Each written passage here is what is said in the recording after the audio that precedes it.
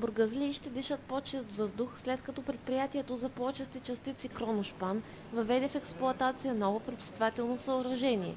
То е единственото по рода си в България. Най-съвременната технология за очистка на такива газове, които изпущаме от нашето производство, а именно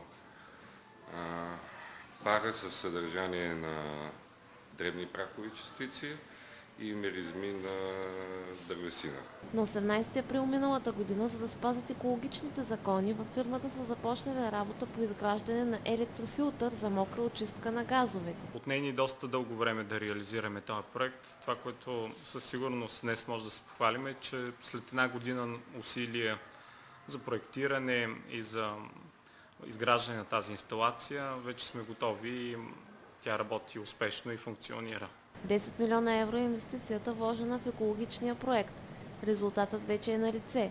След направените замервания от регионалната инспекция по околната среда, вредните частици във въздуха са значително под нормата. Няма постъпили жалби от граждани след пуска на съоръжението. В момента праха е фини прахови частици 11 мг при норма 15.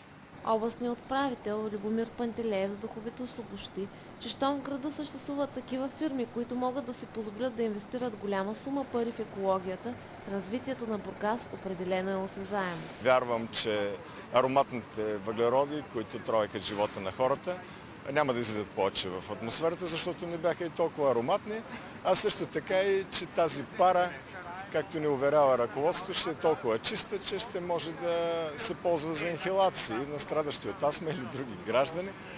Това в кръга на шегата, мисля, че освен всичко друго, това е един цивилизационен акт. Кметът на Бургас Димитър Николов поздрави Кроношпан за поставянето на филтъра и изрази надежда, че за в бъдеще предприятието ще продължи да спазва обещанията си. Те инвестиция за здравето на нашите граждани, най-вече за жителите на комплекс Славейков, защото имаше доста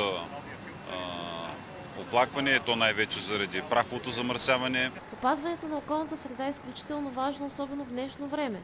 Всички предприятия трябва да последват примера на Кроношпан и да отделят необходимото внимание на екологията.